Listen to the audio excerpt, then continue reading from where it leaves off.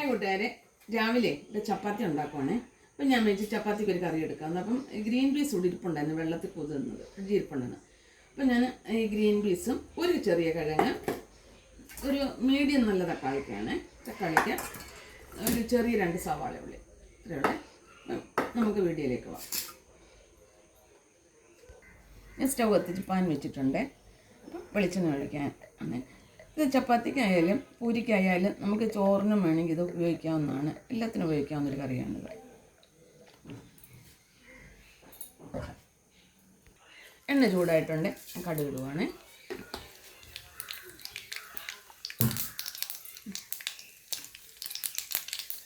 രണ്ട് വെട്ടുന്നത്,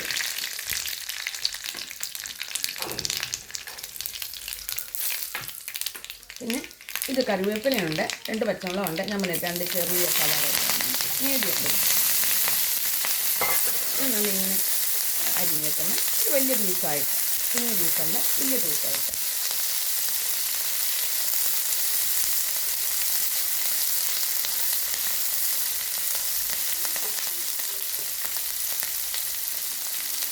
ഉപ്പ്, ഇല്ലേ ഇഞ്ചി വെളുത്തുള്ളി കൊണ്ട് ചതച്ചതാണ്, ഇച്ചിരി മതി. അപ്പം തന്നെ ഞാൻ ഈ തക്കാളിപ്പൊടി ഇങ്ങോട്ട് ഇടുവാണ്. അത് വലിയ പീസായിട്ടാണ് ഇട്ടേക്കുന്നത്. ഒരു സ്പൂൺ ഗരം മസാലപ്പൊടി ഉണ്ടല്ലോ, നമ്മൾ പെരിഞ്ഞതെല്ലാം ഇട്ട് കൊടുക്കുക. മസാലപ്പൊടി അങ്ങോട്ട് ഇടുവാണ്.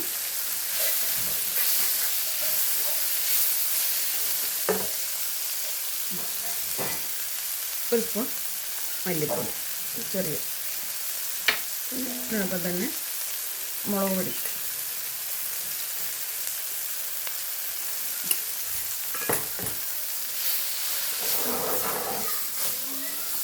ഞാൻ പറഞ്ഞില്ല ഒരു കിഴങ്ങും ഒരു 100-150 ഗ്രാം 100 ഗ്രാം ഗ്രീൻ പീസേ കാണത്തുള്ളേ.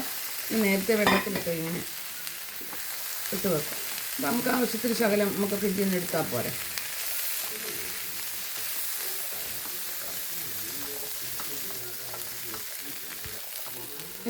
ശകലം തക്കാളി സോസ് കൂടി ഇടുവാണ്.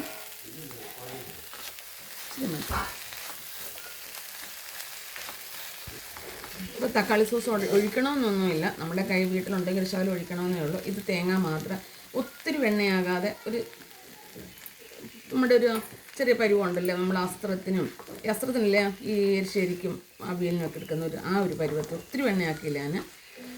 അല്ലെങ്കിൽ പാൽപ്പൊടി ഉണ്ടെങ്കിൽ പാൽപ്പൊടി ആയാലും നല്ലതാണ്. അത് ഒഴിച്ചില്ലെങ്കിലും ഈ കറി സൂപ്പറാണ് കേട്ടോ. അത് കറിയല്ല നമ്മുടെ കുഴച്ചെടുക്കത്തില്ലേ അതുപോലെ. ഇങ്ങനെ നമ്മുടെ കറി എളുപ്പം എടുക്കാവുന്നതാണ്. ഉപ്പ് ഉണ്ടെന്ന് നോക്കാം, ചൂടുണ്ട്, ഇപ്പം എല്ലാം ഉണ്ട്, സൂപ്പർ കേട്ടോ. ഈ ശകലം മല്ലിയിലയും കൂടെ ഇത്രേ ഉള്ളൂ നമ്മുടെ കറി. നല്ലൊരു കറിയല്ലേ, നമുക്ക് എളുപ്പം. നമ്മൾ ഗ്രീൻ പീസും വേവിച്ച് അതിനോടൊപ്പം തന്നെ ഒരു കിഴങ്ങ് ഇട്ട് വേവിക്കുകയാണെങ്കിൽ നമുക്ക് എളുപ്പം ഇത് ചെയ്യാവുന്നതാണ്, സമയമൊന്നുമില്ല. അപ്പം ഈ കറി നിങ്ങൾക്ക് ചപ്പാത്തിക്കായാലും നമുക്ക് പൂരിക്കായാലും അപ്പത്തിനായാലും ചോറിനകത്ത് ഉപയോഗിക്കാവുന്നതാണ്. ഈ ഗ്രീൻ പീസ് നിങ്ങൾക്ക് ഇഷ്ടപ്പെട്ടാൽ ലൈക്ക് ചെയ്യാനും ഫോളോ ചെയ്യാനും മറക്കരുത്, ഷെയർ ചെയ്യാനും മറക്കരുത് കേട്ടോ.